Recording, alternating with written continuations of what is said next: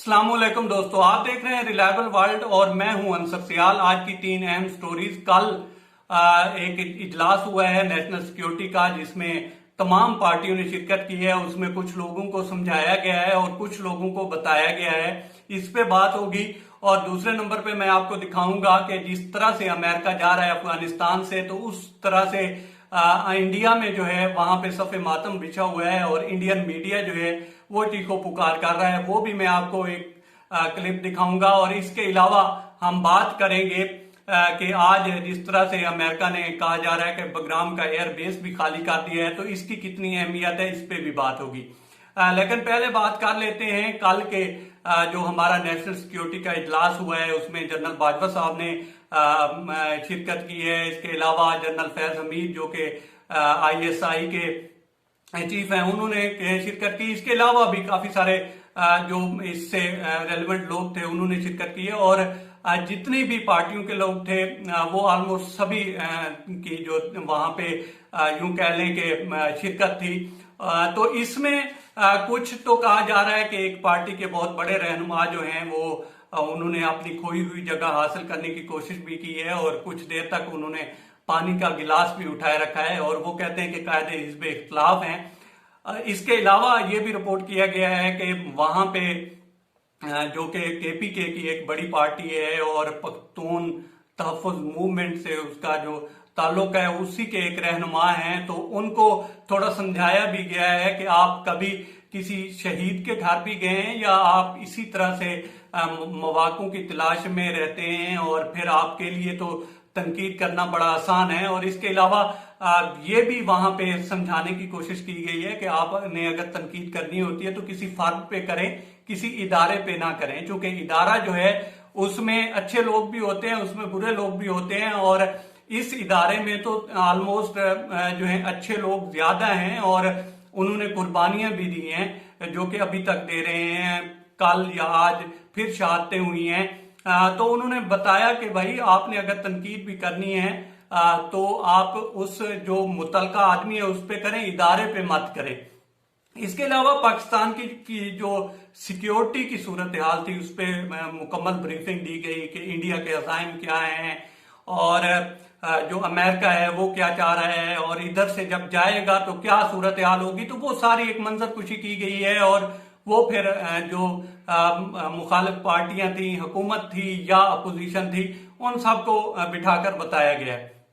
इसके अलावा दोस्तों चूंकि अब आ जाते हैं दूसरी स्टोरी की तरफ, जा रहा है यहाँ से अमेरिका अफगानिस्तान से, तो इंडियन मीडिया जो है वो बहुत चीख रहा है और उसका मतलब साफ साफ यही है कि जिस तरह से इंडिया ने वहां पे इन्वेस्टमेंट की थी, वहां पे सड़कों पे इन्वेस्टमेंट की, इसके अलावा पाकिस्तान के खिलाफ लॉन्चिंग पैड बनाए और फिर वहां से कुछ ना कुछ अपने जो खास दोस्त थे वो यहाँ पे भेजता रहा है और यहाँ पे फिर धमाके भी होते रहे हैं। तो इंडियन मीडिया बहुत चीख रहा है कि जनाब अब क्या होगा, क्योंकि उनको डर ये लग रहा है कि अगर तालिबान आ गए तो फिर उनकी खैर नहीं है।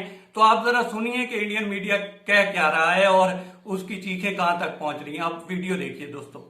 अफगानिस्तान में 325 जिले हैं, इनमें से 100 पर तालिबान अब तक कब्जा कर चुका है।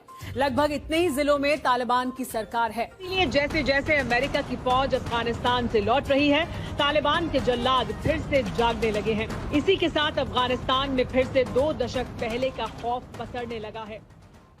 जी तो दोस्तों देखा आपने।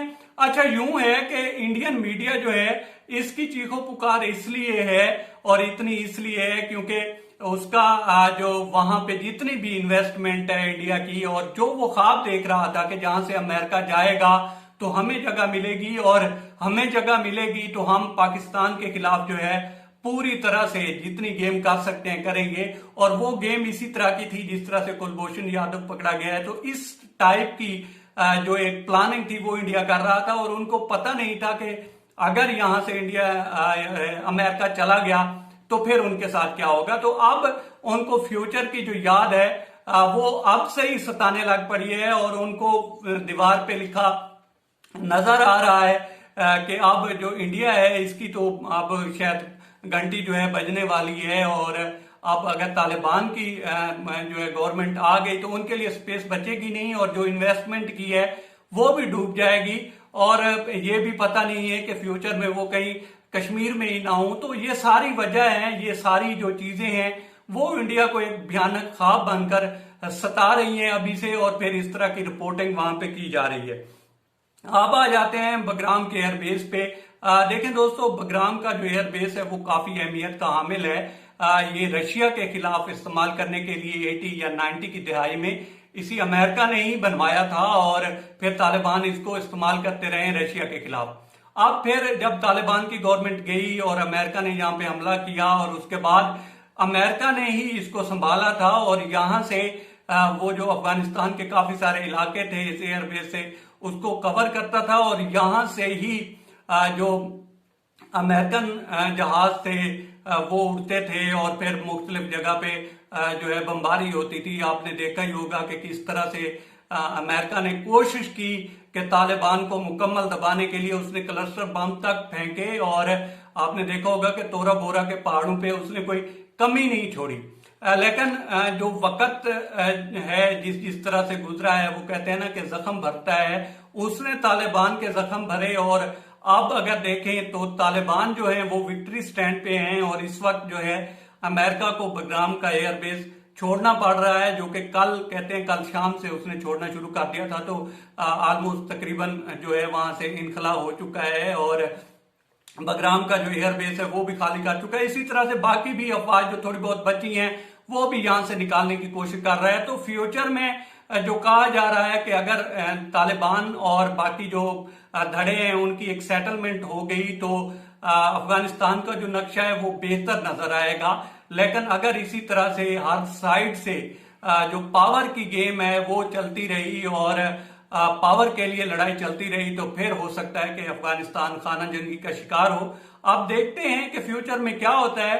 अब तक इतना ही दोस्तों। आप दोस्तों से रिक्वेस्ट है कि आप हमारे चैनल का विजिट करें और अगर आपको हमारे चैनल का कंटेंट पसंद आए तो इसे सब्सक्राइब करें। ताउन के लिए शुक्रिया।